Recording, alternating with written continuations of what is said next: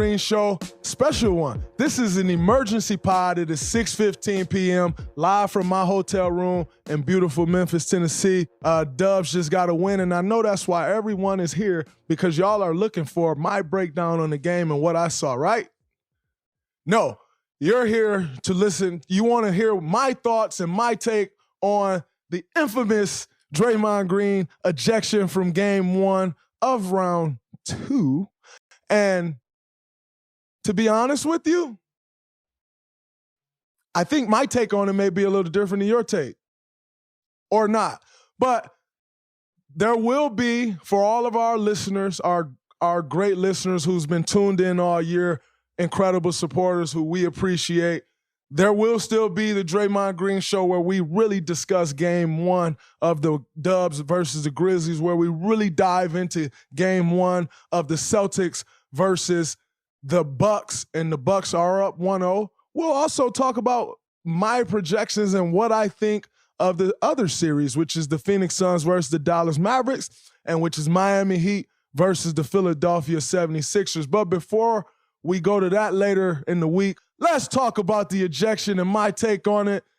Let's get into it. Amazing win. I think tonight our guys show that we're battle tested. You know, we've been through the ringer, we've been through the ups and downs. We know how it feels to win. We know how it feels to lose. Now let's really talk about what everyone's here for. What everyone wants to talk about, which is me getting ejected for. I'm not quite sure for what, but for a foul. Very interesting one. You know, one thing about that foul is I actually tried to hold him up, and I wasn't told anything because I left the court, but guys were told I was ejected for throwing him down, which was very interesting because, I mean, even once he hit the ground, I still was holding his jersey up. But I mean, at this point, I kind of expect things like that. Like, I've been suspended from Game 5 of the NBA Finals. Do you think I, for 1 second, don't believe I would get kicked out of Game 1 of the second round? Not surprising to me at all. Not one bit. So, you know, when they reviewed the foul for as long as they reviewed it, I said to myself, I wonder what could they be deciding that's possibly going to take this long. I'm actually dumb enough to think I wasn't going to get a flagrant 1. Talk about an idiot. You want to call anybody an idiot? Look no further than Draymond Green himself. Because I was literally sitting there like, you know what's crazy? As I was about to start dancing to the crowd saying, kick him out, to taunt them, because it's like, kick him out for that? So I was about to start dancing. And when I was literally starting to edge up off the scores table, something said to me, but it's you involved in this play, Draymond. So because it's you involved in this play, you probably shouldn't dance, because you probably should always expect the unexpected. And so the little birdie that sits on my shoulder nowadays told me, just wait a second. Don't get up and dance and make fun of them. Because if you get up and dance and make fun of them, sure enough, you're then not expecting the unexpected. And if you're not expecting the unexpected, very soon they'll probably be able to make fun of you. And so I sat there. And then the official turned. He had a hard time he said, and it's going to be a flagrant and like long pause, like pause. 2. He didn't even want to say it was going to be a flagrant 2, which was very interesting to me because, again, I am dumb enough to think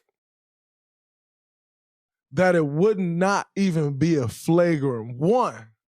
That, you know, the playoffs are a little tougher and not as soft as the regular season, you know, and that, you know, you can bump a little more and you get away with a little more, you know, like, but, we've seen questionable calls in the first round, some things that didn't get reviewed. And yeah, I guess sometimes I guess it's just a case-by-case thing. It's a reputation thing. I think tonight was probably a reputation thing more so than a hard foul. Now my biggest worry moving forward is that gives me 2 flagrant foul points. And as we know, I've been ejected for accumulation of flagrant foul points. So my hope is that the right thing will happen and that it'll at least get rescinded to a flagrant 1, because a flagrant 2, I mean, unnecessary contact. I can't quite say it was unnecessary because I was trying to stop him from making a bucket and getting an and one. So I can't quite say it was unnecessary. Excessive.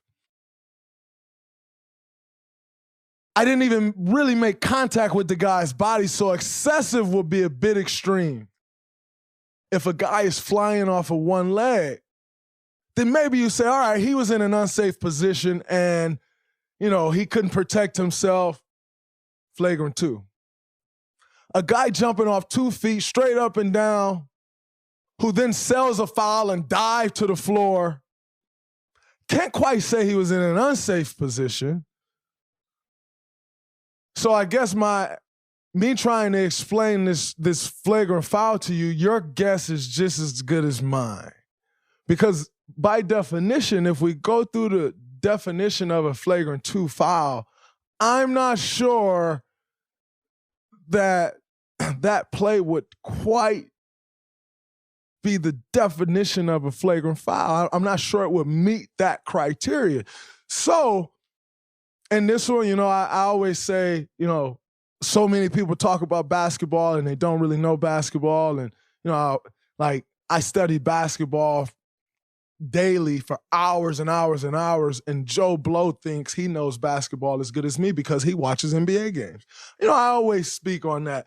Well, here I must tell you that me and you and whoever else are all on a level playing field here, which means you don't know and I don't know. And we're going to keep it that way because even the explanation I got, I still don't understand it. So I think in this one situation, our IQs, our understanding, they're all on a level playing field. We're right in the same spot. Maybe